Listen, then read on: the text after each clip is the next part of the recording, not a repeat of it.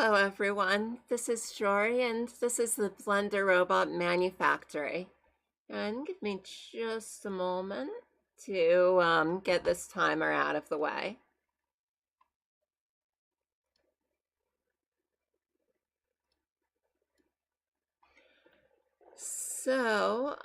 Today on the channel, I'm going to be taking you through the basics of 3D modeling in Blender. And after we build up some of that, we're going to be making a simple chair. So let me just give you a little preview of what we'll be working on. So it's not going to look exactly like this over here because we're going to be working on a different kind of chair, but it's going to be basically that kind of style. So I'm going to introduce hotkeys for moving around, model the piece of furniture, and then maybe in next episode, or this episode if we get to it, I'm going to show you how we place that furniture into the game that I'm currently making, Unity 3D. So, I'll be right back after this.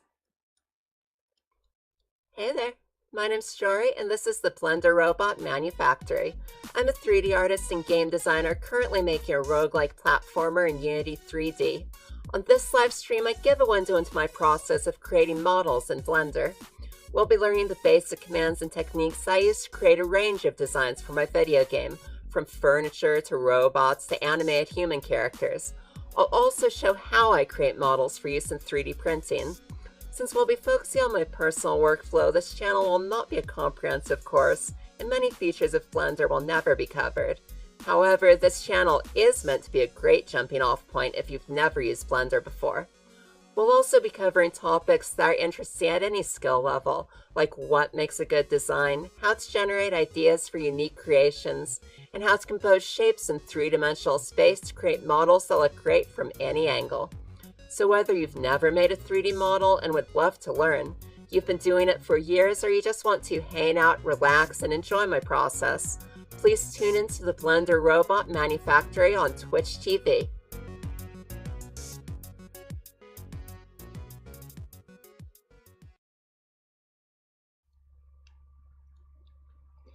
And now we're in Blender.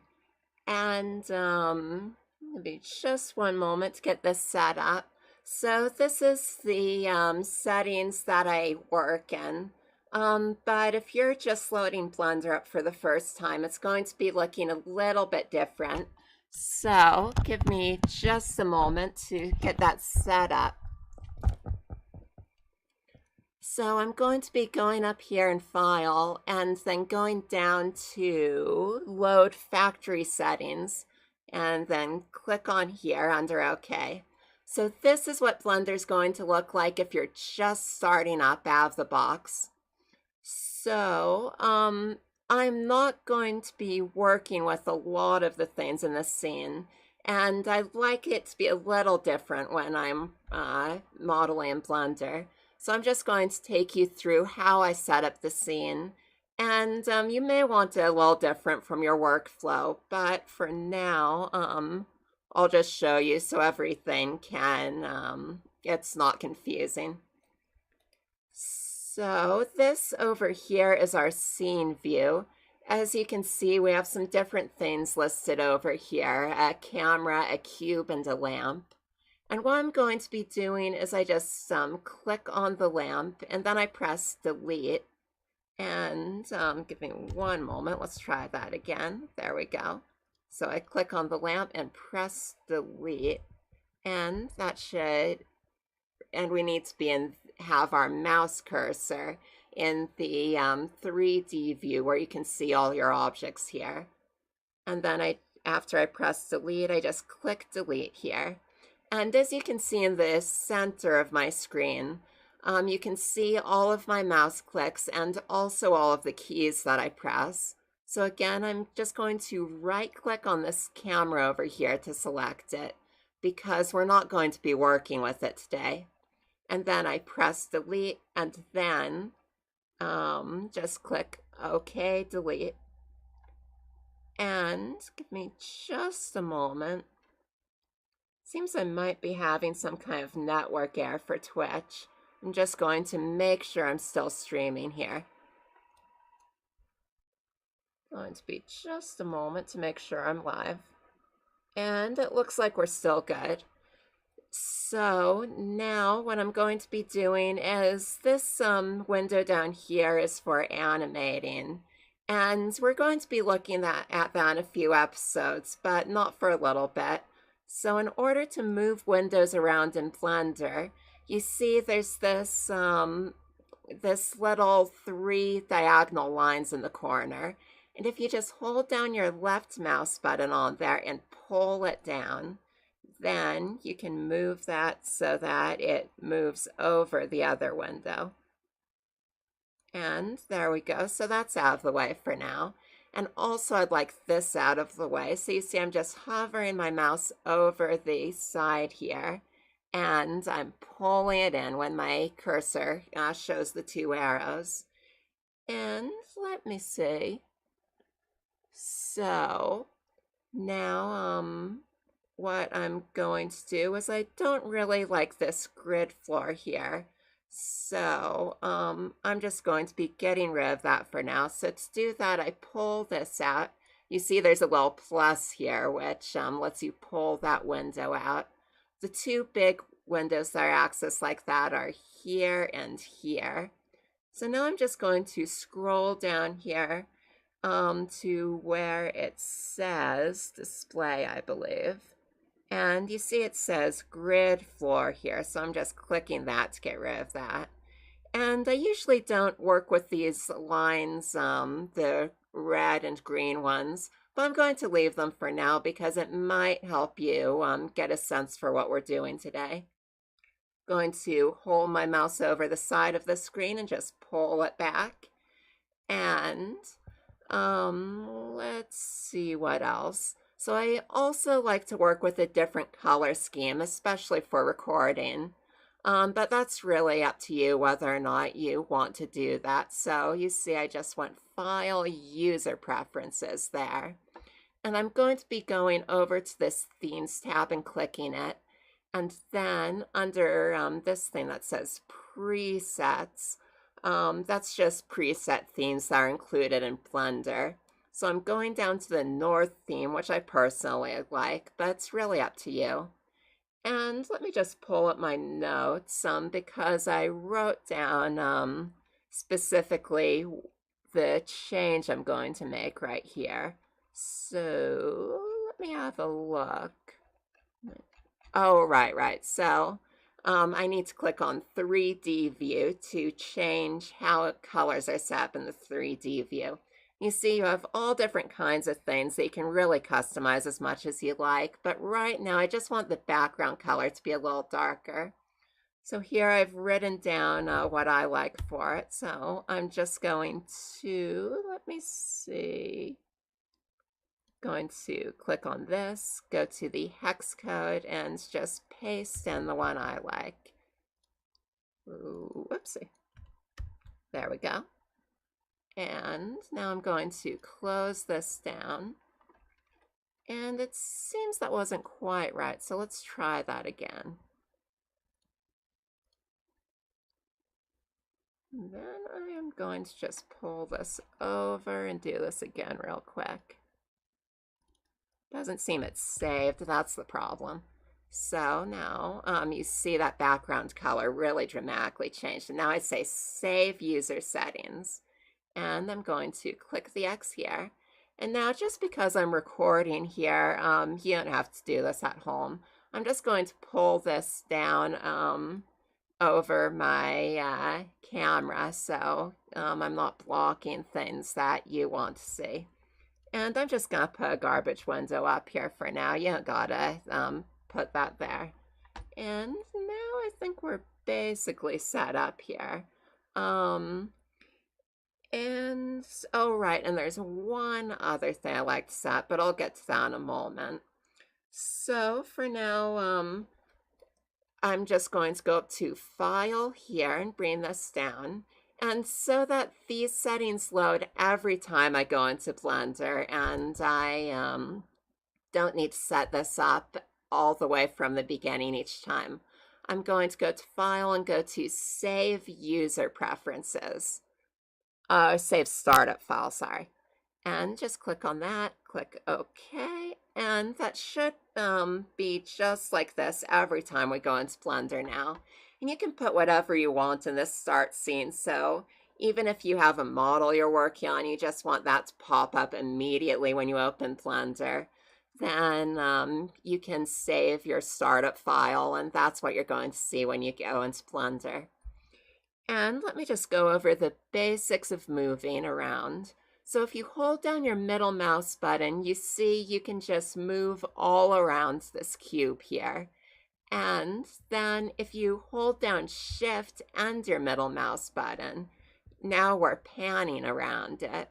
So that way we can just move our view around and get a good look at whatever we want to see. Now we can select things in our 3D view here. That's this whole window here in the dark gray with the cube in it. So if I right-click this cube, you see I'm selecting it now.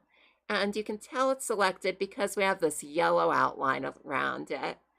Now, in order to unselect that cube, you can press A, and that's the key to select or unselect all. You see when I press that, I have my keys set up to display in the middle of the screen under this mouse, but I've also tried to set it up so that you get a little description of what the key does in Blender. And I should also mention that right below this video, I've included a list of just some basic hotkeys that might be useful for you. It's not complete, but it's most of what I press when I'm just doing basic modeling in Blender. So now to reselect that, we press A again, and now we've selected our cube again. So let me just press Tab here, and you see that says we're toggling our edit mode. And when I do that, you can see all of these little points around here, and those are called vertices. So let me just go over the 3 basic kinds of geometry you'll be working with in your edit mode.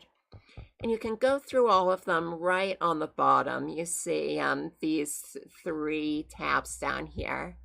So if I click this, we're in face mode. And you can also access those with Control Tab. And you see now I have a pop-up for faces, edges, and vertices. And a lot of things in Blender are like this, where you can just access them multiple ways depending on what's good for you. So now we're in face mode, and for object mode and face mode, again, that's right-click to select. So I right-clicked this, and now I'm using my mouse wheel to zoom in, Shift middle click to pan, middle hold to move around. And you see this is a face. And a face is basically just what you'd think it is. It's one side of an object. And there's a little more to it than that, which has to do with how it's bounded by vertices. But we'll get into that in a moment. So now you see I'm clicking down here, and now we're in edge select mode. And it doesn't look like anything changed, but now if I right-click this edge, you can see that this is highlighted in white. And an edge is also basically like you'd think, what you'd expect. It's one edge along a face. It's always a straight line with exactly 2 points. And those points are called vertices. So, and that's our 3rd kind of mesh geometry. So you see now I go down here and I click this final tab, and now we're in vertex select mode. You can see we have these little points on the corners here. So I click on one of those, and that's a vertex. It's the smallest point you can work with. It's just a one-dimensional point in space that all of these 3D models are based around. So let's go back up. So you see in edge mode, an edge is made of 2 vertices. And in face mode, a face is made of 3 or more vertices. In this case, there's 4. And you can see those vertices are the 4 points of this square face here. So we have 1, 2, 3, and 4. And a face is the only thing that you can actually see when you're rendering a model. So if you have something that's just made of vertices or just made of edges, that's totally invisible. So really, the only way that we see things in Blender is by making faces. So now, in addition to those 3 kinds of mesh geometry, there are also 3 basic ways that you can manipulate shapes in Blender. And of course, there's just a ton of tools in Blender. But these 3 basic manipulations are called our transform manipulations. And these are really central to 3D modeling. So the first one I want to talk about is grab. I do that by pressing G. And now I just can move my mouse around. And you see this face is moving with my mouse wherever my cursor goes. And I just press left click, and that puts it right down where I left it. Now I can move my cursor and it stays in place. I'm going to press Control Z to undo that.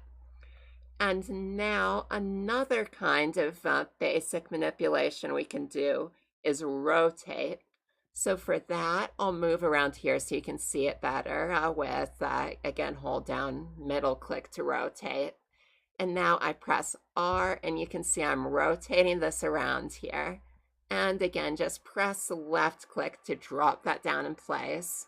Going to press Control Z to undo that. And the third kind of manipulation is scale. So again, that's just press the button, in this case S for scale. And now I just move my mouse in to make it tiny. I move it out to make it large. And just left click to put it down in place. Going to press Control Z to undo that. And these can be done in object mode or in edit mode and with any kind of geometry. So let me show you that. We press Tab to go back into object mode. You can see right down here at the bottom, it says that now we're in our object mode. And we can also just click this, and you see we have a bunch of modes down here. But today we're just going to be working with edit and object mode. So I can just click edit mode, and it goes back in there. Again, Tab to go right back to object mode. And again, you can press grab to move the whole object, left click to put it down, and the other tools I showed you work the same way there. Now, another thing that is really useful for getting more precision with these manipulations is I can just hold down my left click on, sorry, let me start over. You see there's 3 arrows pointing out from the center of this cube. And each one of those is one of our 3 axes in 3-dimensional space. You can see them in the lower left-hand corner of the screen as well. These are the X, Y, and Z axes. So if I just want to move my cube along this green axis, I just hold down my left my left click, getting tongue-tied, on this green arrow. Just hold that down. And while I'm holding down my left mouse button, I can just move this back into the distance and forward towards me, and let go of my mouse button. It stays where I put it. Control Z to undo. And these also work for the other 2 transformations I told you about. And with these ones, you need to first be holding down your mouse button like you're going to drag it. But instead of dragging it, you can press S for scale or R for rotate. So you see I'm still holding down my left mouse button. And instead of pulling this cube over, I'm going to just tap R. You see now I'm in rotate mode. So I can just rotate this cube around, and you see it's only rotating around this green axis. It's not rotating any other direction. Now Control Z to undo that. Again, if I hold down my left mouse button here and I tap S for scale, I can make this cube wider in this direction or narrower in this direction, and it's only going along this green axis. And we can do the same thing for the blue arrow or the red arrow, depending on what you want to do. So Control Z to undo that.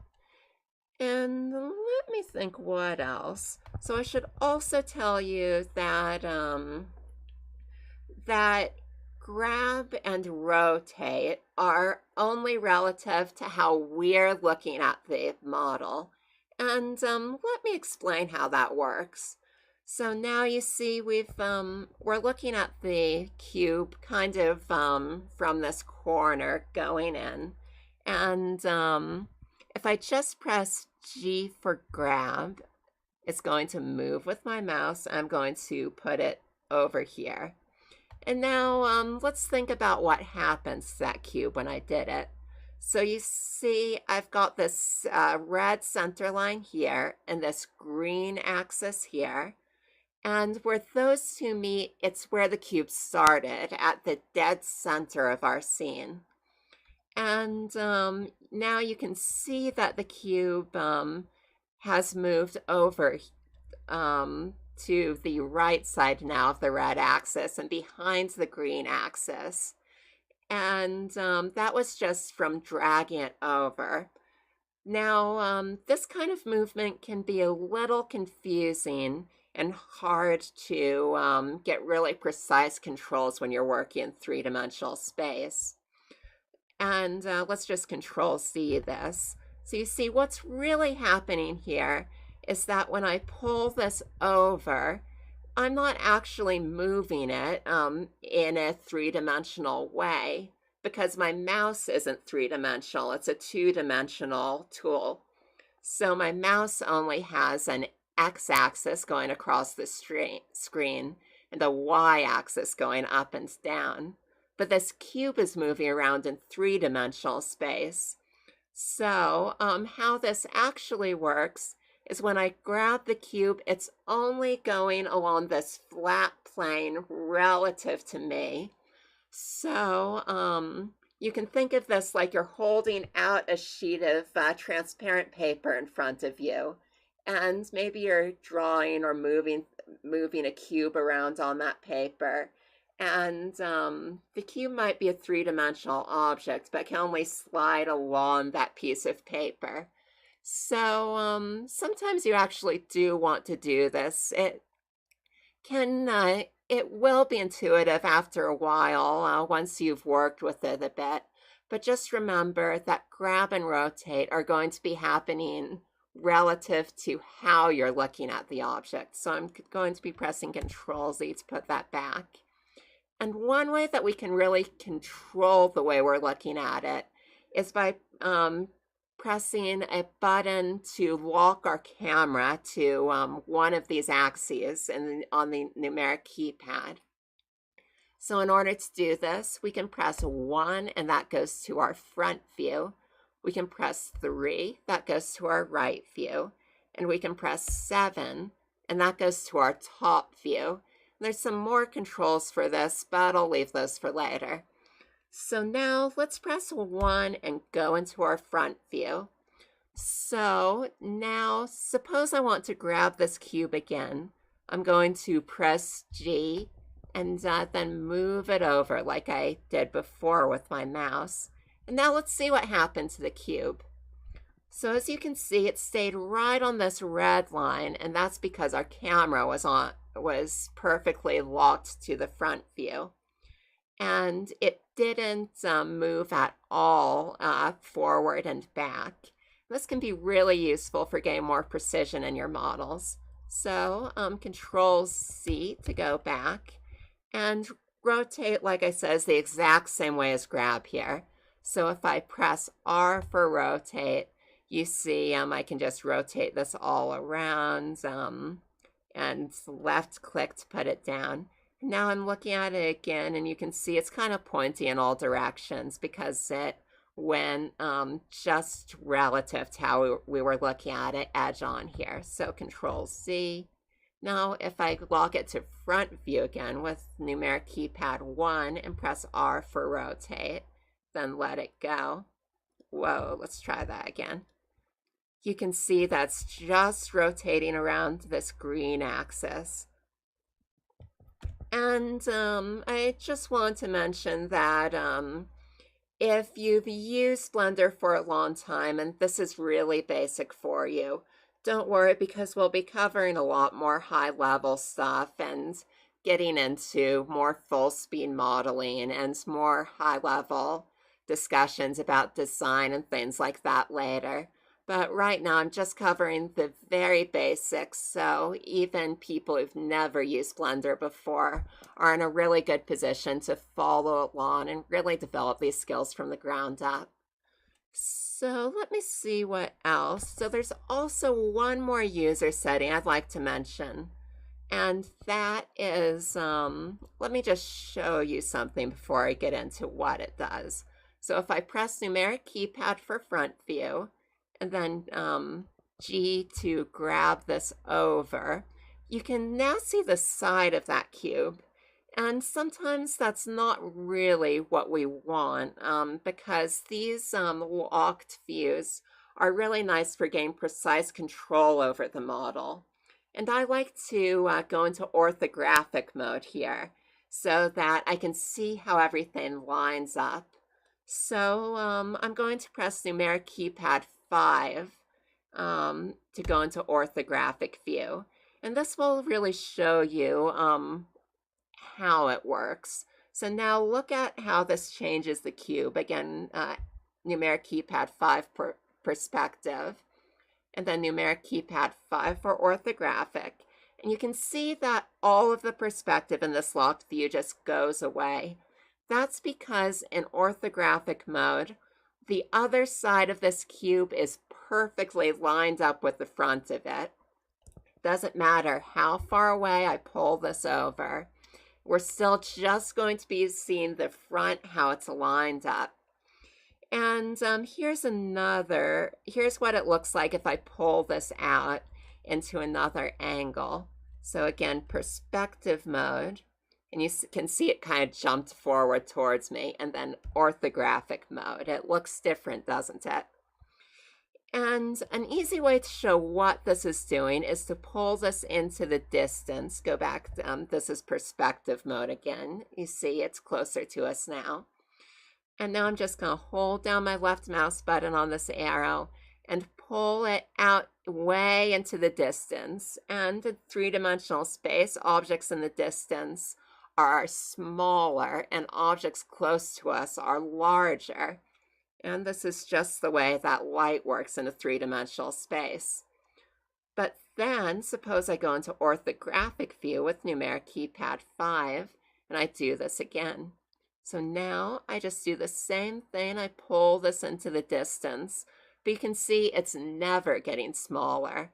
And that's because orthographic view is basically the only difference between orthographic view and perspective view is orthographic view doesn't make objects in the distance smaller. That's called foreshortening. So no matter how far an object is away from you, it still looks exactly the same size on screen. And this is especially useful in those locked axis views, front, side, and top, that I showed you. And that's just because orthographic view is really nice for getting your geometry lined up and thinking about your model more like a blueprint and less like a piece of clay that's in front of you. So I'm going to Control Z to get that back in the center. And press F5, numeric keypad 5 for perspective view again. And there's another user setting that I really like for managing orthographic and perspective view. So I'm going to go to File, back down to User Preferences. Let's try that again. And that's over here in editing. Actually, it's over here in the interface tab. And you see this thing right here that says auto perspective. That's why I'm going to click here. Now there's a checkbox on it. Go down here to save user settings. Close this with the X. And now you can see if I'm in perspective or orthographic view in the upper left-hand corner. Currently in perspective view. So now I'm going to go to our front view with numeric keypad 1. There we go. And now you can see this immediately flip to orthographic view. Now we're going to rotate our view with the mouse middle wheel. And now you can see it jumped back to perspective. And again, all of these user preferences are personal decisions. And people like working in Blender in different ways. But personally, I find auto perspective really useful because almost always when I'm in this front view, I like everything lined up because I'm in front view to get precise control over it. And then I can pull out into perspective mode to see how something is actually rendering in three-dimensional space.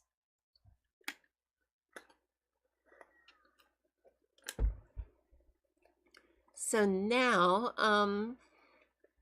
let me think about this. So now I'm going to show you another way of editing your object. And let's just go back into our edit mode with tab. And there's also some tools that I like to use. So again, control tab to go into our face view.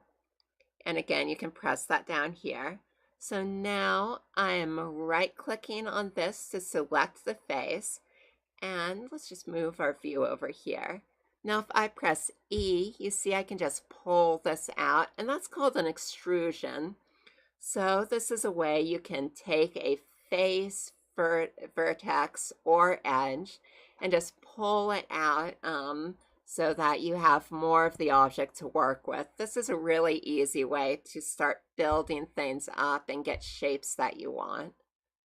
Now I'm going to Control Z to undo all of that. And another tool that I'm going to be using a lot is called Inset. So in order to do that, I press I for Inset, and I just move my mouse to place it where I want and click down. And now you can see there's this other face inside of here with these faces around here. And that's basically the same thing as an extrusion, but instead of going out into space, it's just going into the center of the face you started in. Now, a reason this is useful is because now we have a face in the center here, and then I could do another extrusion with the E on here. You see that looks different from before because we're just extruding this face in the center. Now, let's Control Z to undo that. Another thing extrusion is useful for is you can actually extrude into the center of the object with E. So I pressed E, and now we can make a little box by going into the center of the cube. So there's some other tools that I'd like to show you. But I think we're actually ready to start working on our model for today. Just Control Z to undo all this. And let me show you what we're going to be making today. So this is a chair, and I just found this by doing a Google search. So this is called a resource image when we've got an image that we're working from, and you know, we're going to be working off of it and taking elements from it and putting it in our model. The way I actually like to work with resource images isn't so much doing one image like we're going to be doing today and copying it, but working with a bunch of different images. So I might have 3 or 4 different chairs, and I'm not strictly following any of them, but I'm taking elements and inspiration from them So maybe I have legs like the ones on this chair, but then I have another chair with a swivel seat on it, and so I could combine those two. Or maybe I even have resource images that are a few removes away from the thing I'm working on. So I might even be looking at pictures of tortoises for inspiration on chairs. So I'm saying I really like the feet on this tortoise. Let's model the feet of the chair after that. Or maybe the shell would make a nice cushion on the chair. And, you can take these as far or close from the model as you want. So if you just want to look at a desk and say, there's parts of that I'd like to see on this chair, that's a great way that you can really build up your own unique stuff and not rely so much on just copying. So we'll be talking a lot about resource images later in this stream. But for now, we're just going to be copying this to show the basic commands in Blender. So I am going to actually just, I'm going to minimize this for now. So going to tab to go back into object mode. And the first thing I'd like to see on this chair is the legs. And for doing that, we're going to be using a mirror modifier, and I'm going to show you how to use that. So I'm going to go into our top view, that's numeric keypad 7. Press G to grab, and I'm just going to be pulling this cube over here to get the start of our chair leg. You see we have this nice graph paper look here for getting everything lined up here. And now I'm going to be going over to this over here, just pulling it out so we can see it better. And I'm going to be clicking on this wrench here, and that is our modifiers tab. And there are all kinds of things in here. You see I just pressed add modifier down here. But right now we're just going to be looking at the mirror modifier, but all of these are really useful. We'll be using some of the other ones in later videos. And I clicked on mirror, and now I'm just scrolling down here. You can see we have some different options in here, like the axis we want to mirror it on. Again, the axes are these lines here, like the green line for the y-axis and the red line for the x-axis. So right now we have the x-axis clicked, and what we'd really like to be seeing right now with the x-axis selected is this cube being mirrored over here, but you can see it isn't being mirrored right now. And the reason for that is because this modifier works on the origin of the object. And the origin is this little yellow dot right in the center of the cube with the arrows going out from it. And the mirror is operating inside of that. So right now it's going to be going, let me see, x-axis is the red arrow. So it's going to be going down this arrow in the cube. And we won't see any change if the mirror is inside of the cube. So what we really want is for this origin to go to the center of our scene, which is between these two lines. So what I'm going to be doing is I'm going to be pressing Control A, and that is to apply our transform. Again, our transforms are those three things I talked about: rotation, location, and scale. And our location has changed because we're over here now. So again, Control A to apply the transform. And just click up here on location. And now you can see this yellow dot of our origin has gone right to the center of these two axes.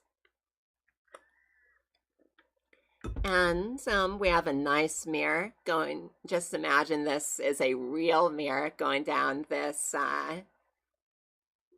this green line here, and that lets us duplicate what we're doing on this cube. And before I get into making the chair legs, let me just show you what this is doing. So I'm going to be pressing Tab, and that goes into our edit mode.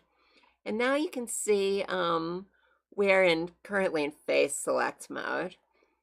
And we can see all of the faces here. You can select this, and you've got the faces outlined with the edges on there. But on this cube that's being mirrored, you can't see any of that. And that's because we're not working on this cube directly. It's just copying the cube we have over here. So now let's try altering this cube. So I'm holding down my left click and pulling out this side of the cube. That's another way to use grab. So now you can see this other cube altered in the same way, and whatever we do to this cube, the other cube's going to be doing that. So now Control C, just undo all that. And I'm going to be going back into our object mode. We're always applying modifiers in the object mode. And let me just show you one more thing before we get to that. If I grab here, you see it's moving both the object and the mirror of the object because they're all centered around this yellow origin right here. Control C to undo. Now we want share legs. So that means we're going to be wanting our mirror on two different axes. Think of this holding up two mirrors at right angles to each other, like you might see in a dressing room. And then if you held up a single chair leg to that dressing room mirror, the ones going here and here, then you'd actually see 4 chair legs in the center. And that's basically what we're doing here. So I'm clicking on Y, and now you see going into this green Y axis where it meets the X axis, we have another mirror set up here. Go into edit mode with Tab, and now we have 4 chair legs, and they're all linked to this one chair leg over here. So if I move this up to make the chair legs taller, all of them get taller. And this is really nice for things that are symmetrical and up to 3 dimensions. So if we weren't using this, we'd have to make one chair leg and then make the other chair leg and then make all 4 of them. And it would be really hard to get all of them looking the same. So now I think this chair leg's a little thick for what we want. So what I'm going to be doing is I'm going to be selecting all of these. So that's called a loop select. We press Alt, hold down Alt, and then right click here. And let me see, it doesn't seem I have that set up in my keys, but that's okay. So just Alt right select to select it all. And now I'm going to be pressing S for scale again. And if I only want, I'd like this to stay as tall as it is, but get smaller along this direction and this direction. So I'm just holding Shift S, sorry, let me figure this out. It's actually Alt S, and just moving my mouse, and you can see it's only scaling so they get thinner, but not in the other directions. So now let me see what else. We'd like a seat on this chair. So I'm going to be holding down Control and pressing R, and that's going to give me a loop selection. And you see this purple line hovering over this one chair leg. Now if I click this down with our left mouse button, now if I move the mouse up and down, you see this loop follows me, and I can place it wherever I like. So I'm just going to click it up here for a nice place for our chair seat, then move our camera over with middle mouse button. And I'd like this to go all the way over here to give us a chair seat. So I'm going to be doing face select mode. Again, that's down here. Click on the face, or you can do Control Tab face. I'm going to be right clicking on this, and then If I just right click here, then you see it deselects that other one. But I really want both of those. I really want both of those selected. And so I'm going to be holding down Shift and right clicking on this other face. And now I've got both of those selected at once. And again, we're going to be using the extrude tool I told you about and pressing E for extrude. And now you can see these are going in towards the center. And I could just move these over here, but now you see it went past those mirrors. And that's going to mean that these aren't going to be really lined up with the mirror we're making. And it's going to be hard getting these to work as one object. So I'm pressing Control Z to undo that extrude. And a lot of times when I undo an extrude, I just grab it around to make sure I undid it. Because a common mistake is you press E for extrude, you press left click, and it looks the same, but then if you grab this out, you see you actually have something extra in there. And that can be really difficult to work with later if that just gets left in and you don't notice it. So I'm just going to undo and undo that again to get rid of the extrusion. So in order to keep my mirror from going all the way past the center point, I'm going to be clicking on clipping right here in our mirror modifier. And what that does is when I press E for extrude, instead of going past the center point, they're going to meet in the center and just stay right there, which is really what we want for this.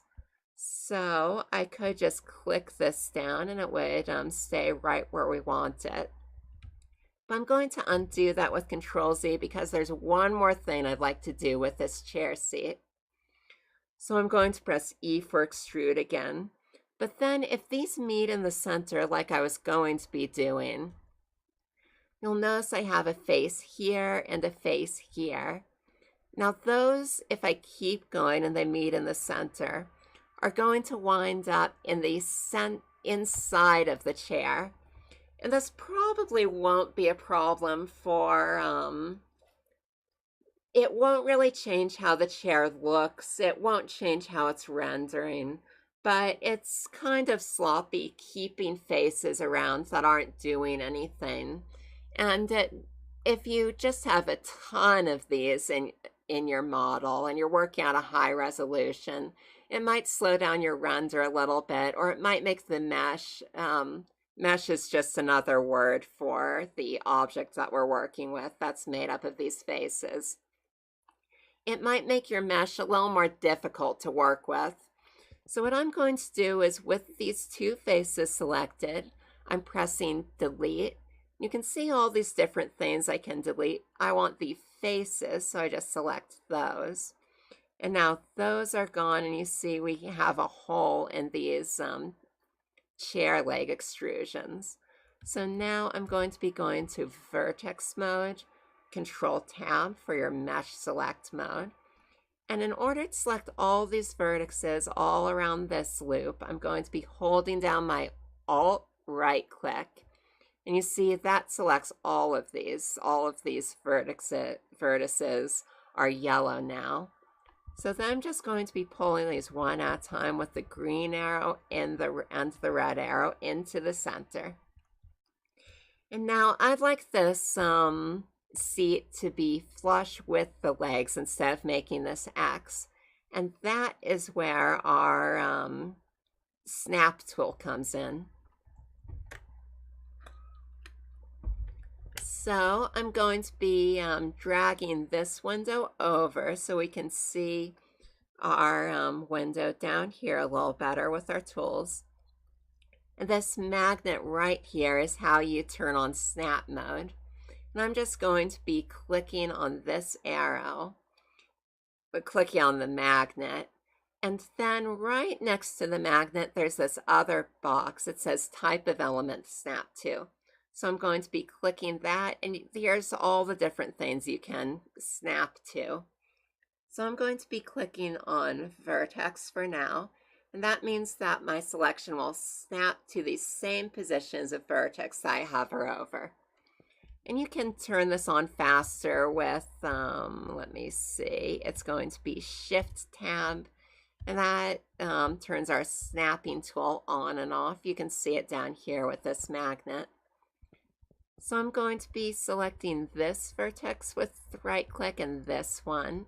Just these two are selected now.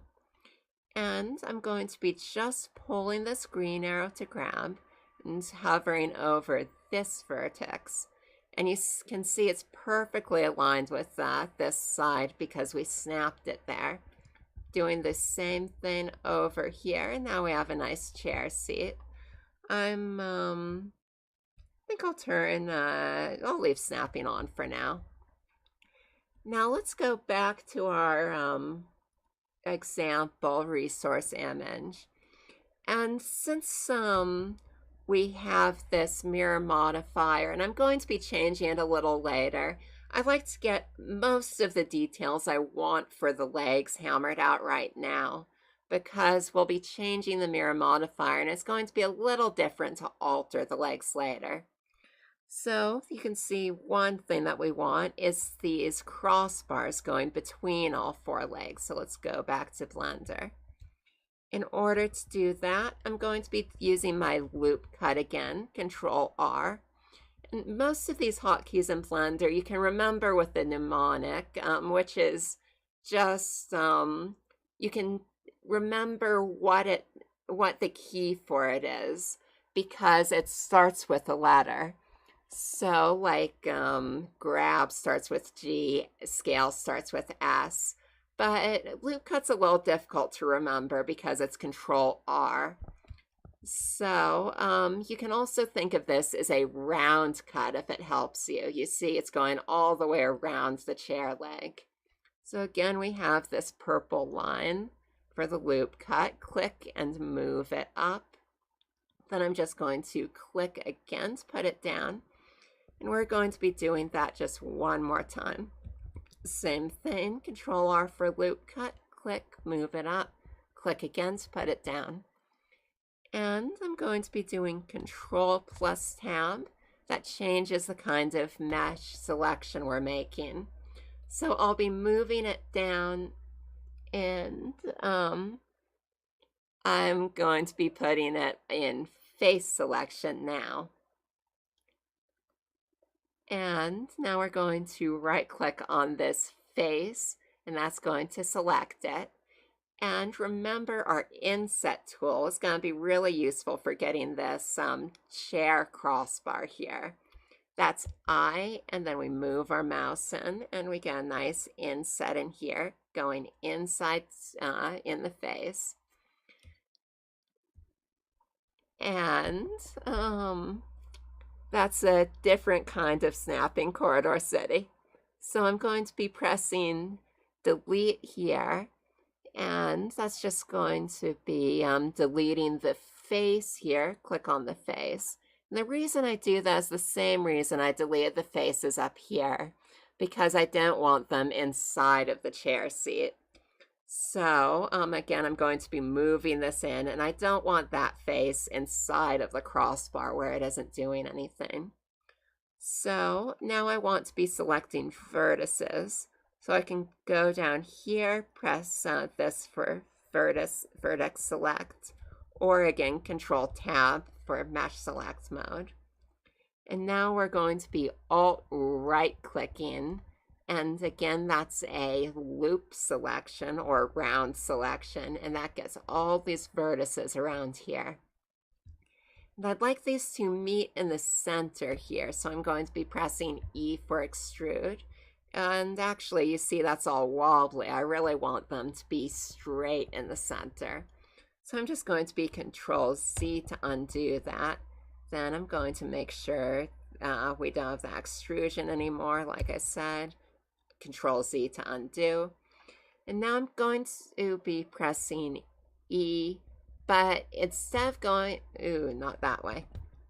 Let's turn off snapping for a moment down here with this magnet or a Shift Tab. And I'm just going to be pressing E, but instead of moving my mouse anywhere, I'm just going to be setting that straight down where it was. So it doesn't look like it did anything because the extrusion's right on top of where it started. But I can hold down left click on this red arrow and pull it out. And again, if you hold down your left mouse button and pull something along, it's only going in one direction. In this case, our red axis. So I just pull that all the way to the center. And because we have clipping turned on in our mirror modifier, it's just locked right in place. You see, I can try pulling this out again, it won't go anywhere. So if you actually did want to get this out of where it is, right along the mirror modifier, you'd need to turn clipping off by left clicking over here, and then you could pull it out again. But I'll turn clipping back on now because that's going to be really useful for us.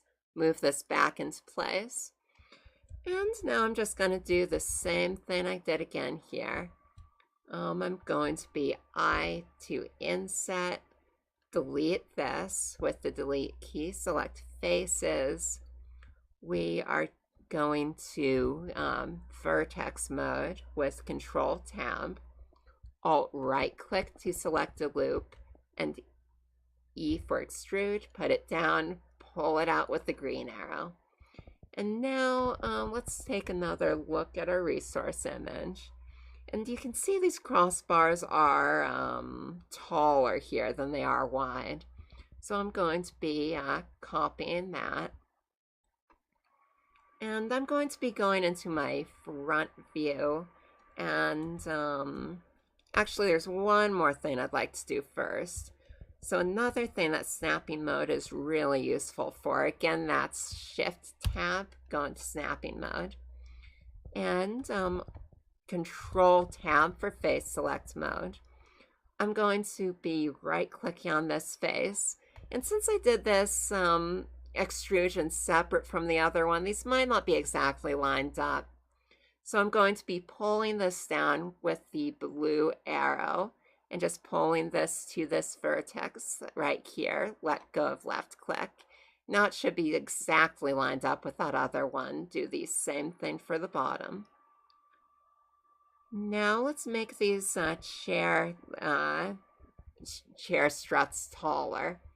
So we go into front view, numeric keypad 1.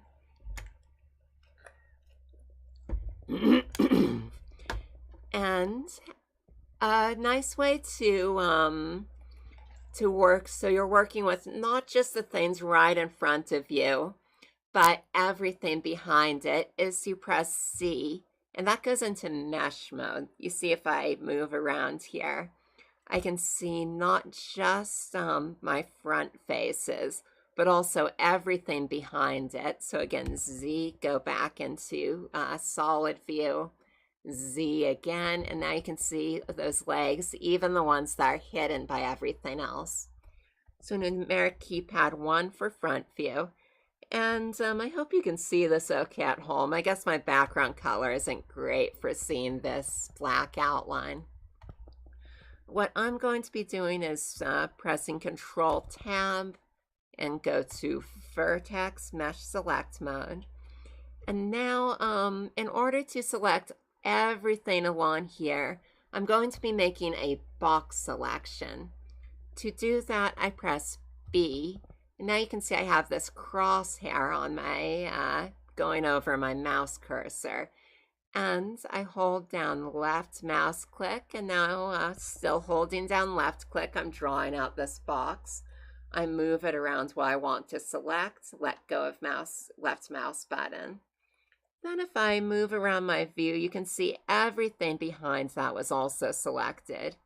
And that wouldn't have happened if we'd been in solid view, because only the things we could see on the box select would have actually gone selected. So the mesh view wireframe is really nice for just selecting everything behind something. Again, pressing A to deselect that. We can also do this if we're not locked into a specific angle. So just B for box select, hold down left mouse button and drag that box all around the things you want to select. And now let's press Z again to go off wireframe. So with this left mouse button on this blue arrow, I'll just be dragging this down here. Give me just a moment. So now you can see that gives us a nice taller chair strut. And I'm going to be going down here and going back into face mode, Control Tab, go to face mode, and welcome to the stream, Slowcool. So now I'm going to be holding down my left mouse button and pulling, Control Z to undo. So it can be a little tricky moving things around with snapping on. Sometimes it goes somewhere you don't want it. So I'm going to be clicking on the magnet here to turn snapping off and just pulling this down to get a nice longer chair leg. Let's look back at our resource image. So these chair legs are a lot thinner, so let's just make these look more like the model we're working from. So I'm going to be pressing Control Tab, vertex mode, again Z for wireframe. Press A to deselect all. And then we press B for box select here, go up all the way to this side. You can see that selected everything behind this. So now I hold down my left mouse button on this red arrow and I just pull this out here. Now remember, numeric keypad 3 goes into our side view. So I'm going to be pressing that for our right view. Z for wireframe again, A to deselect everything. And now we press B for box select, do these, whoops, that's not right. We press B for box select and just pull that down, and then hold down our left mouse button on this green arrow and just get a thinner chair leg there. So that's looking a little better. Let's have a look at our resource image. And what else does this have? So I'm just going to be pinning this up here for a moment while we work with that.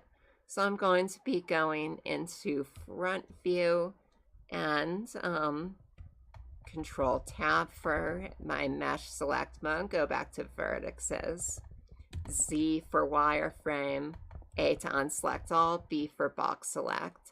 And now I'm just going to be holding down left click on our arrow, moving this down here. And I'd like to scale this now because their crossbar is thinner than ours. You see we have a really thick one. So with all of this selected, I'm just going to be holding down my left mouse button on this blue arrow and pressing S for scale. Again, if you hold down your left mouse button on one arrow and then do a transform modifier, you can do that in just one direction. So S for scale while holding down the left mouse button. While still holding that button down, just move our mouse down to get that a little thinner, or we can make it thicker. And now that I've got it where I want it, I'm just going to be lifting my left mouse button up. And you can see that's right in place. So these chair legs over here are also tapered in a little bit. I'd like to see that on our model. So I'm going down here, I'm pressing Control Tab for our mesh selection mode and selecting faces. Again, you can also access those down here. And I'm going to just be right clicking right down here on the bottom of the chair leg. And now I'll just press S for scale and I'll just move this in to get that nice taper on the chair. Left click again, and that's going to set down right in place. And before we finish up with working on these chair legs, there's a few more things I'd like to do. Mainly, you can see we got this nice little inset here at the top before the seat begins, so I'd like to duplicate that over here. And in order to do that, this is probably the most tricky thing we'll be doing on this whole model. So don't worry too much if this is a little difficult or you have some trouble with this part. But I'd really like this to look a bit more like our image, so I'm going to go ahead and do it. So I'm going to be doing Control R for a loop select right here to get that inset started, and then double click the left mouse button to set that down. And what we want to be doing is moving this in. So if I go to my edge select mode and I just try pulling this in, you can see that really just pulls my whole chair leg in, and it doesn't really give us this nice inset we want. It just looks all ugly and squished. So Control Z to undo. We're going to be needing some more faces to really pull this in here. So let's try, let me think about this for a moment. Yeah. So I'm going to be doing Control R right here, and then left mouse button, pull this over, and left click again to set that down. You can see we have more of that selection over here. Let me show you what that did from a different angle. So Control Z to undo that. And we're going to be pressing Control R, and we get that loop selection again. And with the loop selection, when it's showing this purple outline, that's when you can say where you want it. So I could put it here, I could put it here. So right now I'm just going to be putting that here, left click to set it down. And move your mouse back and forth to show exactly where you want it. So Blender's seen this loop all the way around here. It's going on the bottom too. That's going to be really nice for getting our inset how we want. So I'm just going to click to set this down here. And now I think we almost have what we need for getting this inset. But I'm going to make just one more loop cut here. Click to move it up, click to set it down. And now I'm going to be doing Control Tab for our mesh select mode. Click on face mode and right click right here to select the face. And I'm just going to be pulling this in a little with the left mouse button. Going over here. You see we want it to move on the red axis now. So I pull this in, and that's basically what we want to see here. I could mess around with getting this flush with the chair. You know, maybe I'll do that now. It's going to get a little more complicated doing this, so just know that you could leave it like this and it would look pretty good. So, what I really want is for this to meet the chair leg right here. So I'm just going to go ahead and delete this face here and also this one. And we're going to be, instead of like working with it like a full object, we're going to be doing some manual work where we're adding faces, deleting faces. And this is a more complicated way to work, so you might not want to mess with it right away because it's a little easier for things to get out of control. So I'm just right-clicking on this face and also shift right-clicking on this one, select that one. And I'm pressing delete, and then I want those faces to go away. So I click on faces to delete them. And you can see inside of my mesh, a mesh isn't really a solid object like it looks like. It's actually this eggshell of infinitely thin faces. So we can see right inside of it. And usually you don't want to be able to see inside of it in the finished model. So you'll want to close up those holes if you do need to make them. So now in order to move this over, I'm going to be doing Control Tab for Mesh Select mode and click on this vertex.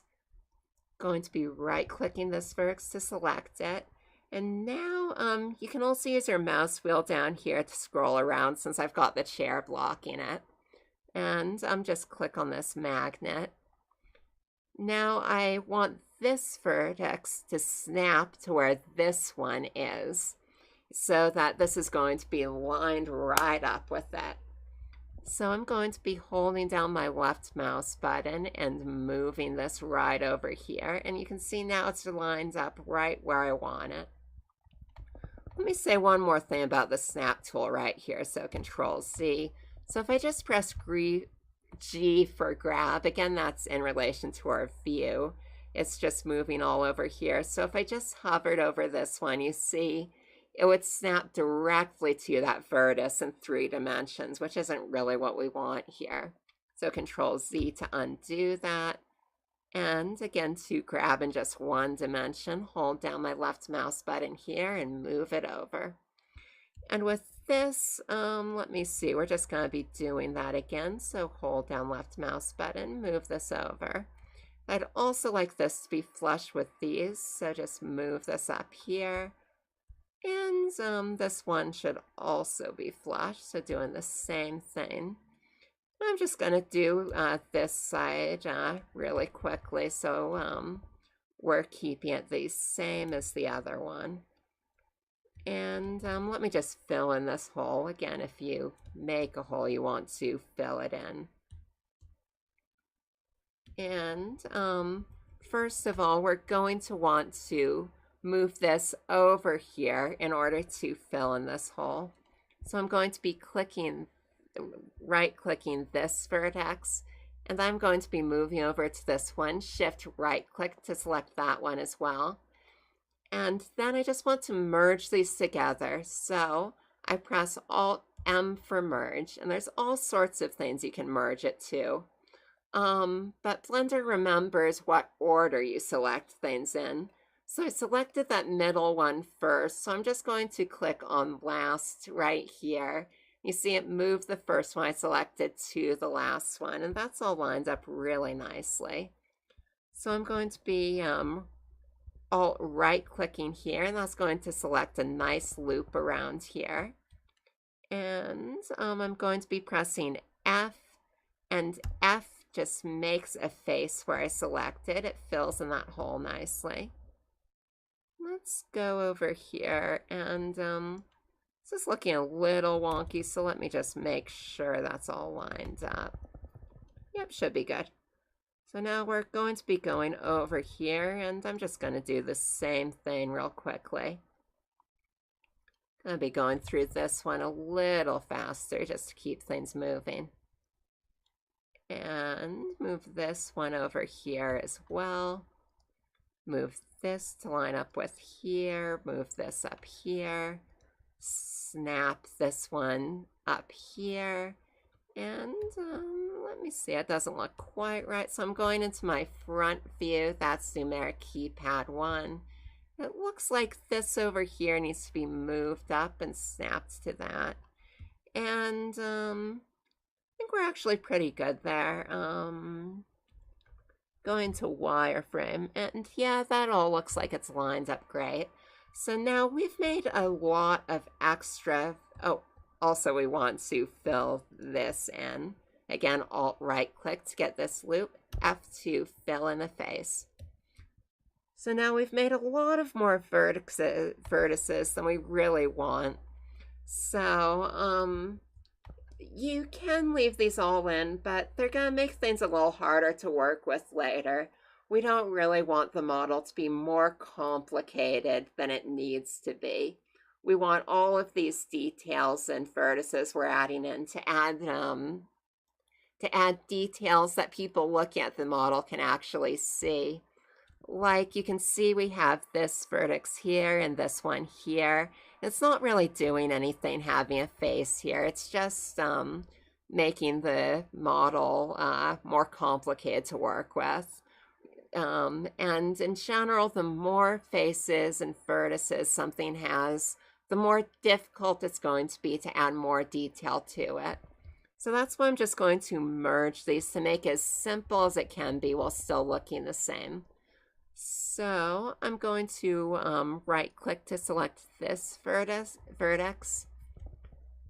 And I'm terrible about saying vertex for one vertex and vertices for multiple vertices. So that's why I keep correcting myself. Just for you at home, it's vertex for a single one and vertex for vertices for multiple vertices. So right click here and shift right click here. And now we're going to be doing Control M to merge at the last one. Right click, shift right click, Control M to merge, select last, and just doing this all over. I actually have a big, don't know if you can see this on the camera. I've got all these different buttons on my mouse, and I'm actually using the keyboard for all of these here since I have the keys bound to my mouse. Just because I was using Blender so much and having to reach around to get to everything. So if you really against doing a lot of Blender work, you might think about getting a mouse with a ton of buttons on it. But if you're just starting out, just like your basic mouse with a middle button and a keyboard with a numeric keypad will work just fine. So let's look at our resource image again. I think we've basically added all of the details we're going to want for this chair. Just starting out and getting it looking like this resource image. So I'm going to get rid of this for a minute. And now we're going to want a chair back on here. And with the chair legs, remember we were mirroring on two directions at once. So we have a mirror along here and a mirror along here. So whatever we're doing to one chair leg, it's doing it to both or all four of the chair legs. But then for the chair back, it's just going to be going up here. And that doesn't have it doesn't have four parts like the chair legs. It really just has two-way symmetry. The left side of the chair back looks like the right side of the chair back. So I'm going to need to be changing around my modifier a little. Again, when you're working with modifiers, you should go into object mode. You do that by pressing tab, or you can go down here to go between your different modes. And over here in our modifier, you see we have this button called Apply. So what I'm going to be doing is I'm going to be clicking on Apply. And let's go back into our edit mode and see what that did with our chair. Tab to go into edit mode. And now you can see all of these have changed around. You can see all of the vertices we're working with, and they're all selectable. So let me just show you what that means. So I can move this one around separately. I can move this one around separately.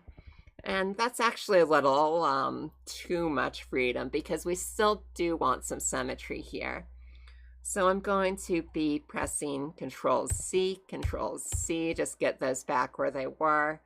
And I'm going into object mode with tab, Control-Z again, and we want this modifier to go back here. So we're undoing another time, and you can see it's back here. If I go into edit mode, we only have this one chair leg that we can work with. So then back to our objects mode. And what I'd like is just one-way symmetry instead of the two-way symmetry that we have right now. So I'm going to be clicking on this X here.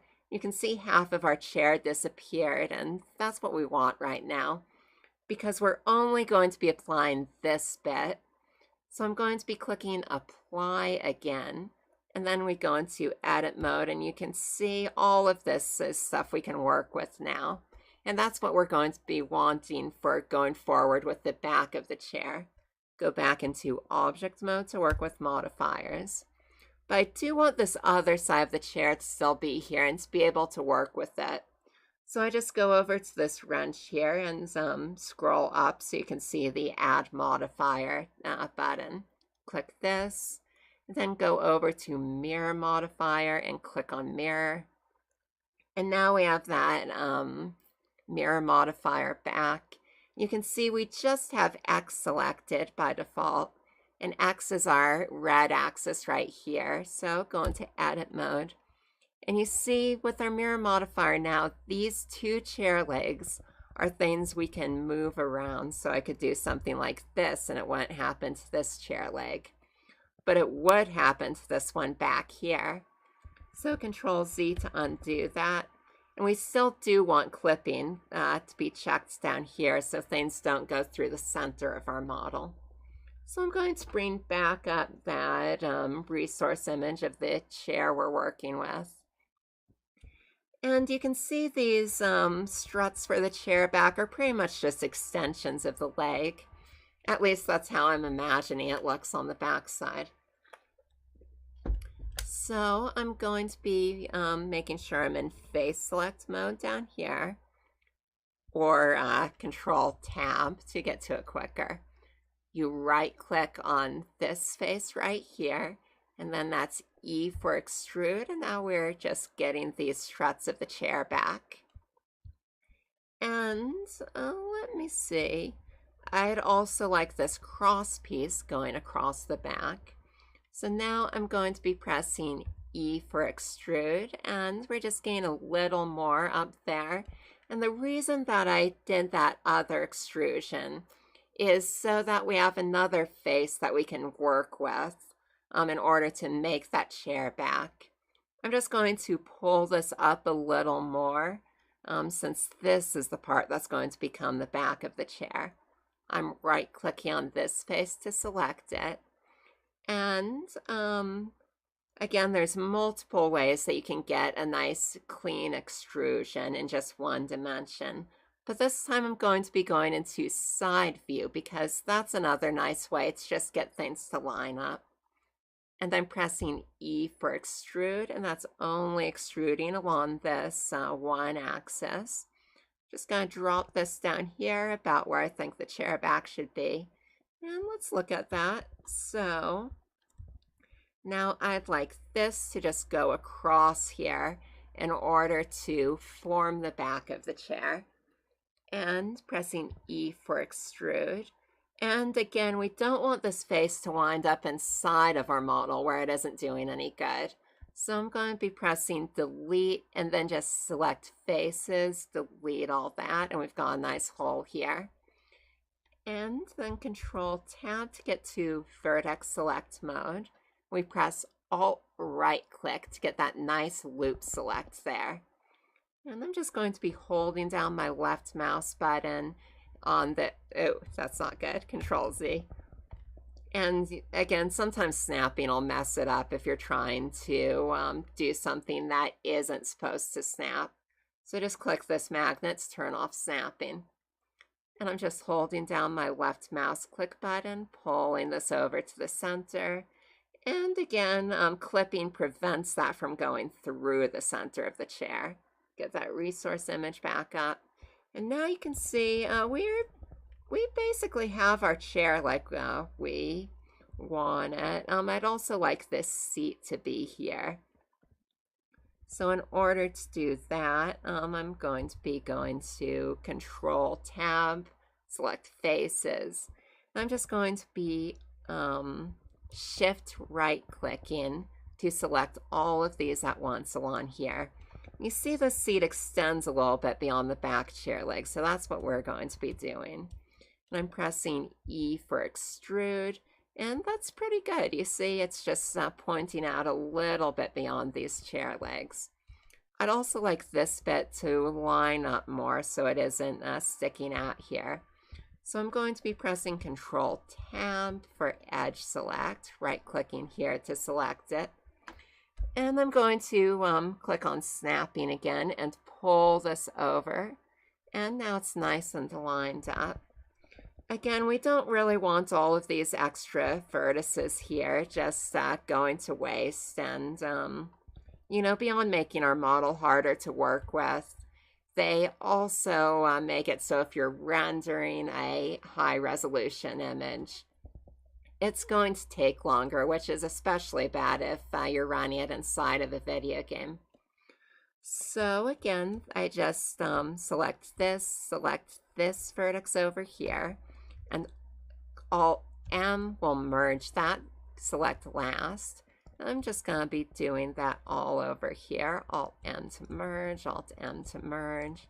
And just anything I see here that doesn't look like it's doing anything, just select the first, select the last, Alt-M to merge them.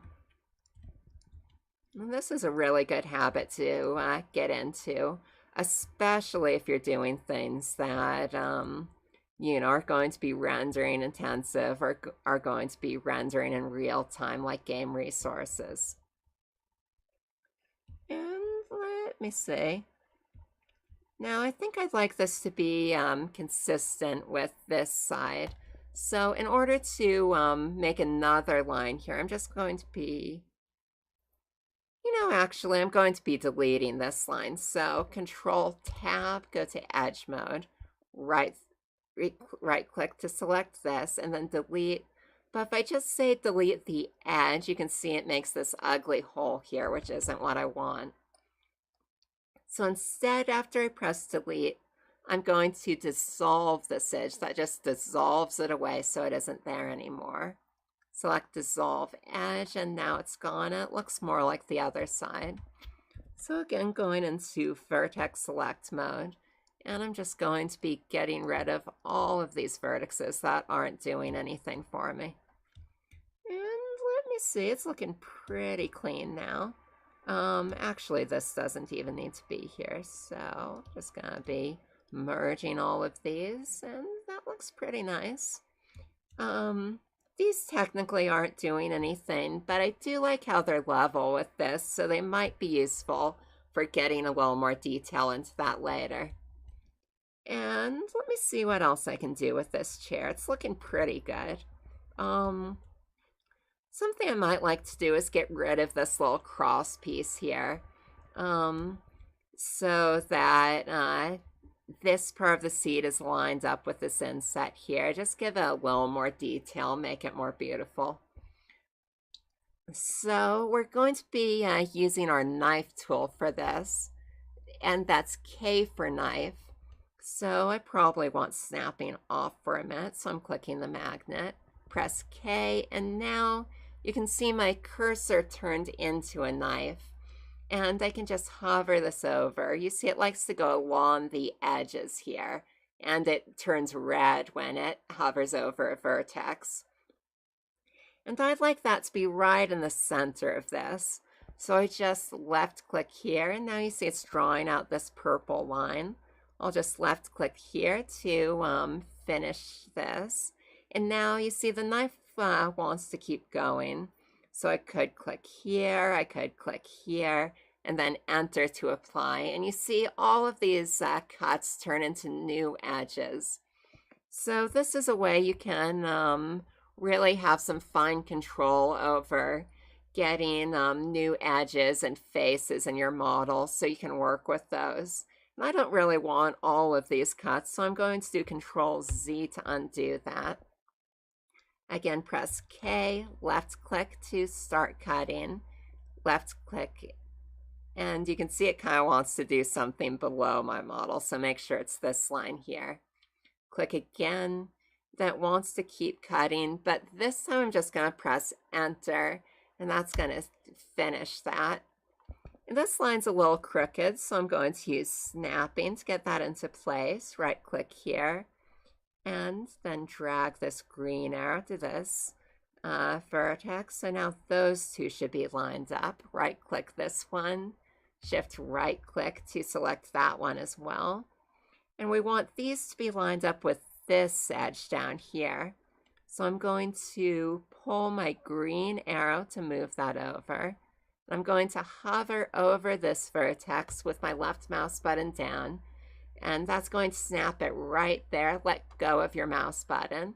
Now this line and this detail should be perfectly lined up. So now I'm going into face select mode. I'm going to right click, shift right click all of these faces, and I don't want them here. So I'm going to be pressing delete, just get rid of them. And now we got a hole here so that we want to fill up. So I'm going to be going into our edge select mode, which is down here again, or Control Tab to select edges. right click this edge, shift right click this edge, and then it's F to F to create a face. And if you forget that the hotkey is F, you can also go right down here where it says Mesh. And you see there's all kinds of things you can do right here. So you see we have 3 different menus. We've got face menu. This has all kinds of tools for your faces. The edge menu, same thing. Vertex menu. And we'll be getting more into some more of these tools later. But I felt it might be good to just get into modeling and go through the tools as they come up naturally. So just go to the face menu. And let me see, there we go. It says make edge/face, and it helpfully has the hotkey right here, which is F. So just click that and it does it for you. And I forgot to mention Control Z to undo that. If I just hold down my right mouse button, that's another way to grab. But we really don't want that, so just Control Z to undo that.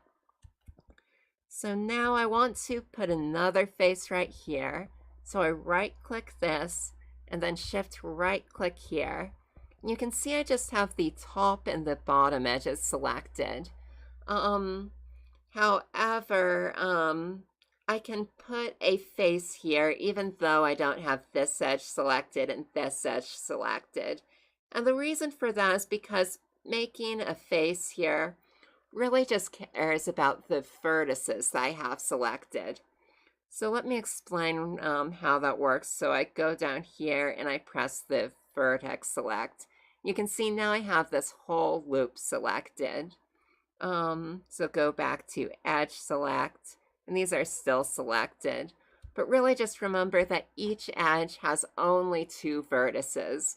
So if you have an edge selected, that means that you have the vertex on each side selected. So again, F to make a face over here. And now we've got that nice little inset where we want it. And I'm just going to clean this up like I was showing with the merge tool. Get this one and this one. And oh, that's not right at all. Control Z. We want to be merging to this one. Alt M and then select the last to merge to the last one you selected. And this is looking pretty good. So I'd say this basically looks like that chair we have there. I might also like this back of it to be a little thinner. It's kind of chunky right now. So I'm going to be going to our right view. That's numeric keypad 3. And a nice trick for this is if you hold down the control key with one of these buttons that snaps to a view, you can also do the opposite of that view. So I was doing numpad 3 for our right view. Control numpad 3 goes over to the other side, the left view, where our mirror modifier is. But the right view is it's a lot more useful right now because our mirror modifier is set up, so we're not really doing any work on the left side. We're just working on the right side and it copies over. So now let's go to our numeric keypad 3 right view. I want to just pull this in a bit. So I'm going to be doing Control Tab, make sure I'm in vertex select.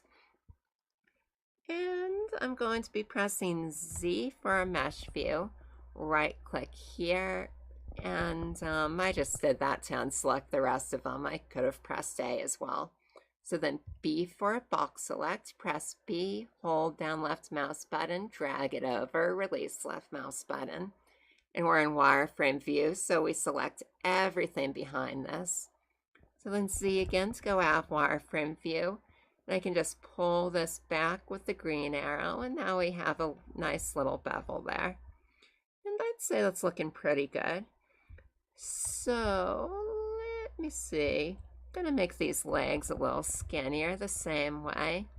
So I'm just pressing A to deselect that, B to box select, over here, pull this back. Now I want to do the same thing over here.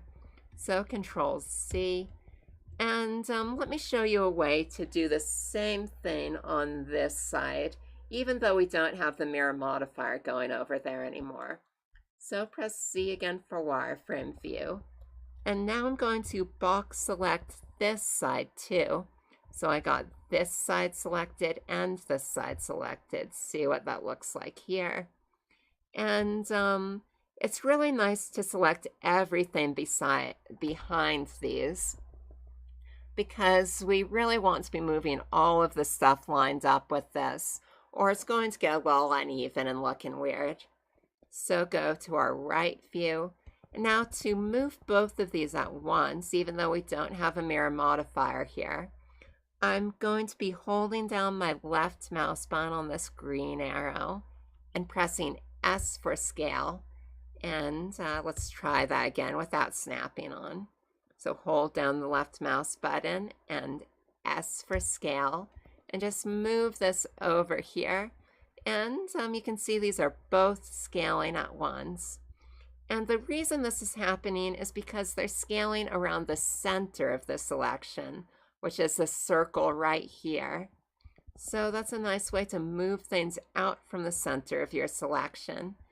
And now we're going to the front view to get this one a little skinnier as well.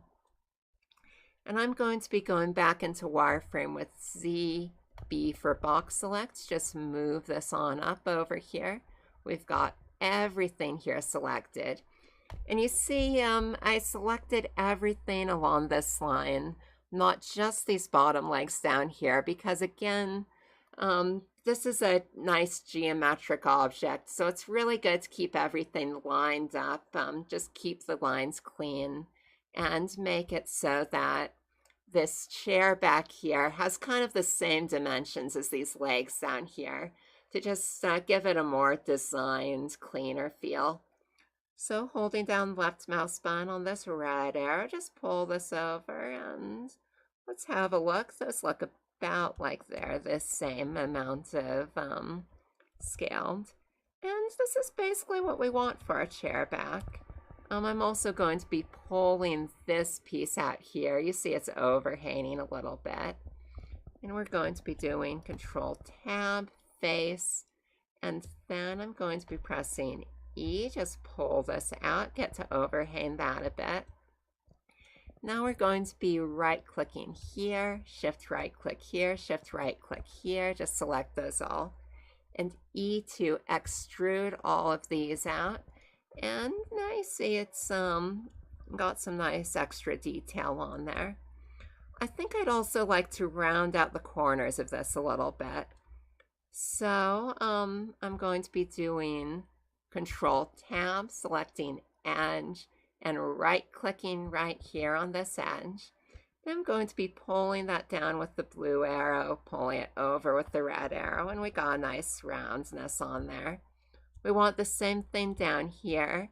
So, let me think about how I'm going to do this. So I think I'd like to avoid making a loop cut all over here and just gain a bunch of vertices we don't really need. So I'm just going to press K here and then click here to start the cut, over here, and then enter to apply that. And then we're going to need the same thing here. So I'm just going to be pressing K, move over here, click, and then press enter to apply that. And you can see I started from here and didn't just move across. It's a little complicated why I did that, but it just has to do with the way that faces are displayed. And I'll get more into that a little bit later. So I'm just going to be pressing Control Tab for Edge Select Mode. And I'm going to be right-clicking here and just pulling this over with the red arrow, up with the blue arrow, forward view with numpad 1. And I'm going to be pressing G for grab, and that's moving relative to my view. Just try to get that looking about the same as the other one. Let's actually use snapping with Shift Tab to get that nice and lined up. And that's looking pretty good right there. So now I have a little extra geometry that I don't want, so Control Tab. Let me see. So what can I eliminate? I don't really need this here. So select this with Shift right click and Alt M to merge, select last. Do the same thing here, same thing here. And that's looking pretty good. So I think I'm gonna just do a bit more of a bevel here. Pull this down, and I like a little roundness on top of this. So again, I'd like a cut across here. And we're going to be using a different tool for that than K for cut tool. So I'm going to be pressing Control Tab, Edge Select, right click here, Alt right click to get that other edge. And now I'm going to be going back into that menu I showed here, Mesh, Faces, and actually Edges, I believe. And you see we have Subdivide here. So I'm just going to be clicking that, and you see we got a nice line across there. And that's already made so one side is lined up with the other, and we don't need to mess with snapping. So I'm going to press Control Z to show that again. A quicker way to get into these is with the hotkeys for them. So we press Control F for face menu, Control E for edge menu, Control V for vertex menu. You see merge is in here too, so we don't have to press Alt M if we forget what the hotkey is. Again, to make that line across here, we're going to be doing Control E for the edge menu. And then just go to Subdivide. We got that nice line there. I'm going to be right-clicking right here. I'm going to undo that and go out of snapping mode with this magnet. Going to be pulling this down with the blue arrow, and we got a nice round piece on there. Now I'm working with the really low polygon models because a lot of the things that you see in this channel I'm going to be designing for my Video Game Creator Crate. And a little later in this stream, probably on the next episode, I'm actually going to show how this model goes into Creator Crate and becomes a finished asset in my game. But why I'm mentioning that now is, you see this is pretty low polygon, which means we don't have that many faces here. So in order to make this round bit, you see we just have this one edge here. And that might look a little bit jagged just looking at it here. But the way that this chair is going to look in my game, this is a side view platformer that I'm making. So the chair is actually going to be pretty tiny on screen, more like that when you're playing. So now you can kind of see those round edges there, but they're way, way smaller. And we're also going to be having a bunch more of these objects on screen at once. So I do need to watch the number of faces a little bit in each model. Why I'm telling you all this is because if I were making this just to render it, or I were making it in a game where it's like first person and you're standing right in front of the chair and seeing it in front of you, I'd probably want to do a little more with this round edge, add some more edges here, and really get a nicer curve on here. But since it's meant to be viewed from way out here, I really just need to suggest those curves, and, they'll pop out enough, and it'll go a little easier on the processor and leave room for those other models to render. And, hardware is pretty good these days, so you probably don't need to worry about that quite as much as I'm emphasizing it. But In general, it's just good to use the number of faces you want for the application you're doing. And sometimes that is a very high number. And just in the spirit of not totally going with this resource image of the chair and doing our own thing, I'm going to be Control R to make a loop select here. Just pull this up and press S for scale. And just get some nicer detail on here. Again, this is something that probably could have been done easier back when we had two-way symmetry on these legs. Control R for loop select, move this up, S for scale. Now we got some detail that's all around. So then go back into snapping mode, make sure this is at the same level as that. And that looks pretty cool. So now something else that's really important here is to make sure that you save your models. So this is pretty much how I'm gonna want the model.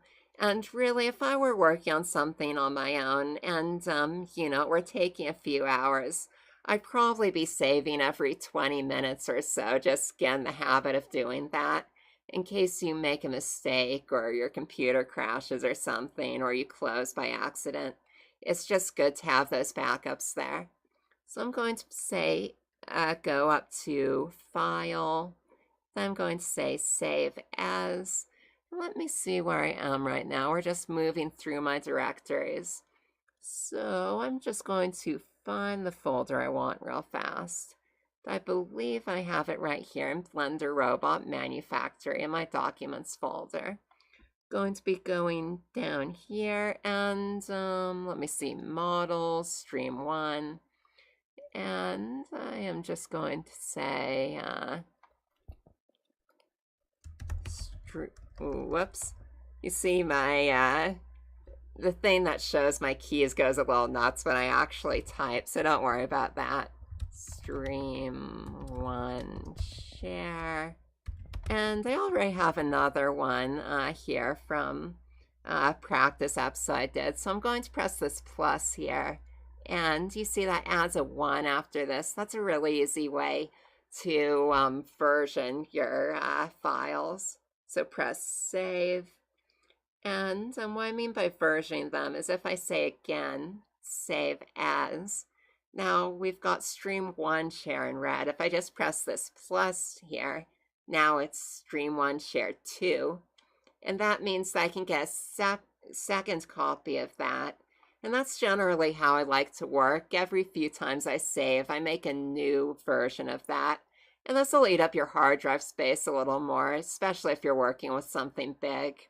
But it's nice to be able to just rewind things and go back to an earlier state if you need to.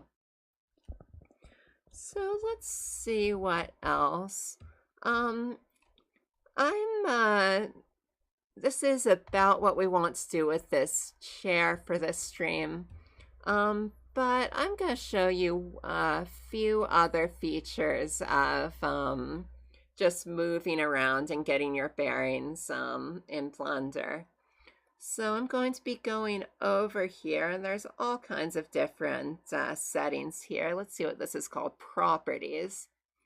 And again, if you click on these boxes down here, you can go to all different kinds of windows. So if I wanted another 3D view, I could click this, and you see there's another view of my chair from over here. Oh, now it's down here. But I really want properties down here pretty much all the time when I'm working in Blender. Now, another one of these tabs that you're going to be using really early on is the Transform tab, or it's actually called the Objects tab. So left click on this yellow cube here, and you can see our model here has a name, Cube. And this can get confusing if you don't change this, if you're working with a lot of different objects. So I'm going to just write chair here. And again, my key logger goes all nuts when I do that. And then press enter. And now we also have these three things down here. And they might look a little bit familiar from the transform modifications we were working with.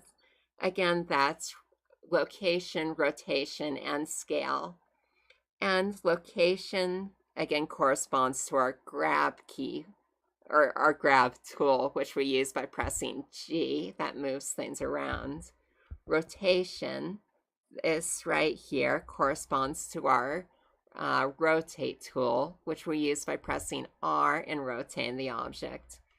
And you can see that the numbers in here are changing as I rotate this chair. Control Z to undo that, and they go back. And this is because we're looking at the chair from an angle. So it's just rotating it relative to how we're looking at the chair. So it's rotating all 3 dimensions at once. Now if we go to forward view with numpad 1 and press R again, you can see it's mostly just rotating in that 1 dimension, right in this center of rotation over in transform.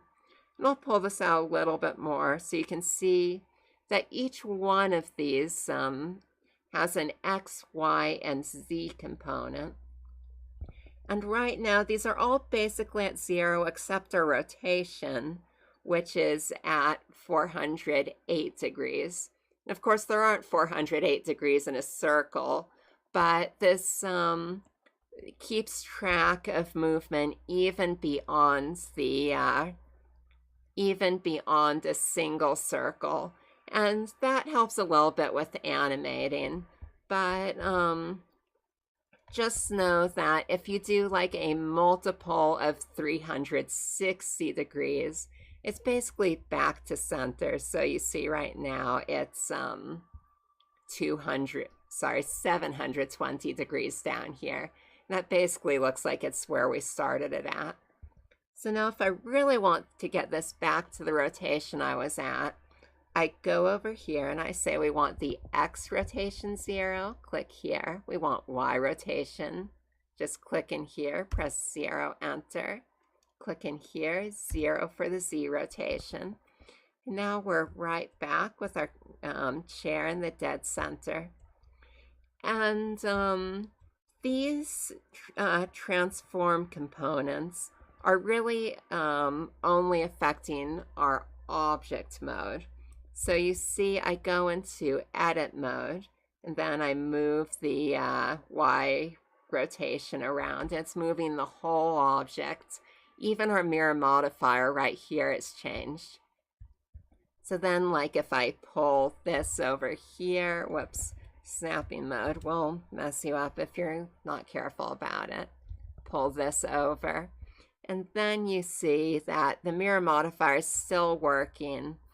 But because our transform is rotated, our mirror is rotated, and it no longer corresponds to these axes here. So Control Z to undo that. Then object modes go back in. So if you have a situation like this, just click here and press 0 to bring our rotation right back. And it's the same way for location. So if I drag this over, you can see the Y location's changing. Drag this over, the X location's changing. And if I want that to be back in the dead center, which you really usually do if you're editing something, it's really nice to have things centered in your scene, unless you've got a good reason for wanting them somewhere else. Just click here, 0, click here, 0, enter. We're right back where we started. And again, scale also has 3 dimensions to it. So I can also just hold down left mouse button and move back and forth to change this number. You see my X scale is getting bigger and smaller as I move my mouse with left click held back and forth. And I'm getting like a big squat chair and a little thin chair that nobody could sit on. And you see I let go of left mouse button and now I can edit this as normal. But that chair really doesn't look good now, so I'd like to go back to scale. Click on this, and I'm going to press 1 because 1 scale is the normal scale. However, let's actually do something useful with this for our chair now. So, in the game that I'm working on, remember I mentioned that things are going to be really small on screen because these are just little objects in a 2.5D platformer that are moving around. So you're really just going to be looking at it from from way back here. So something that I do to make things a little more visible is I like the details to be a little chunkier, a little larger than they look in real life. So that just helps things be viewed easier from a long distance away. And this is true for humans that I make too. So they have bigger heads than a regular human, wider arms. And that just helps them be viewed well from a long distance away. So for this chair, I'm going to hold down my left mouse button on this blue arrow, press S for scale. I'm just going to be pulling this down a little, making it a little shorter, and press numpad 1 for forward view. And I'm going to be pressing S for scale here. Just make this a little bit bigger to compensate for shrinking it. And you see this chair is a little shorter now. Maybe it looks a little better from a long way away. Can really make out those details better. And I think I would still like this chair seat to be a square. So I'm going to be actually no. The way I'm going to be doing this is I'm going to be going into front view with numpad 1 and control tab. Whoop, not that. We're going to be going into edit mode first and then control tab, vertex select. And I'm going to be going into mesh view, B for box select, drag it over. And now I've got all of this selected. I'm just going to pull it over till that seat's a nice square. The reason I'm doing this instead of just messing with the scale is because if I scaled in this dimension, it would also make these legs thinner. I don't really want that because I want these legs to remain a square, even though I'm bringing the sides in a little bit. So tab again, now we're looking at an object mode. Now something to be aware of is that you see all of these scale numbers are still a bit different. And you generally do want to reset your transform back to its default because it's going to mess with how your modifiers work. Remember, if I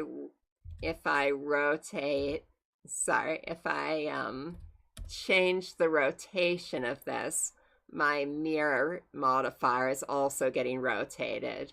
So Control C to undo that. And you really want location to be 0, rotation to be 0, and scale to all be 1, unless you have a really good reason for not doing that. Just because they'll keep things easier to work with. They'll make your modifiers work properly. And in general, a good idea to get back into the habit of applying these unless there's a good reason not to. So with my mouse in my 3D view, we did this once before for our mirror modifier. I'm just going to be pressing Control A, and again, that's Apply Transform. And that's what we were doing down here, changing the transform. So Control A to apply transform. And we generally want to apply all of these if they change. But just for the object mode. We don't worry about that in edit mode. Now I was only changing the scale, so I'm going to select scale here.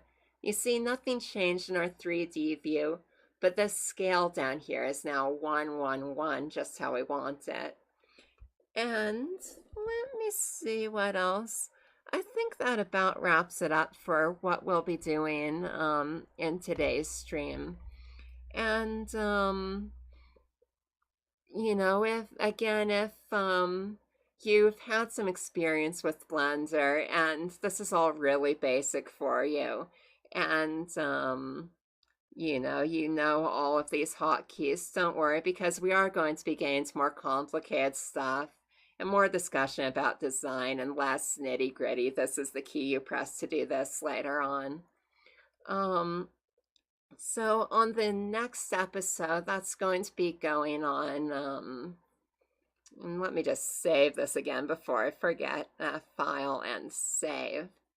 And let's go back over to our full camera. And now on the next episode of the Blender Robot Manufactory, we're going to be continuing with this Intro to Blender project. And that's probably going to wrap up next episode. Maybe we'll even get working on the next project after that. You can see all these projects I'm going to be working on below the stream. So we've got objects that move with an animation, friendly robots, insidious humans. So we got a bunch more stuff we're going to be working on right after this. So we've already modeled the furniture, we've talked about the hotkeys, and next time I'm just going to be taking a quick look at how I actually set this up in my game to, so that this is a 2D physics platform, so we're going to have the player running around and picking this up and throwing it. It's going to be a lot of fun. And I'll also talk about how I get these colors onto the model before I put them in my game. I wouldn't technically call this texturing because I'm just going to be assigning colors to it. But for the purposes of my game, I just put everything on a single texture so that I can change things around really quickly. But we'll be talking about all of that a little more next time.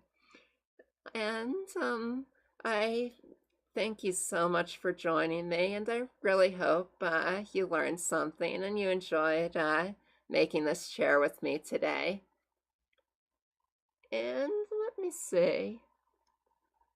Oh, right, and in case I didn't mention, the next stream is going to be next Thursday, and that's going to be at 6 p.m. Eastern Standard.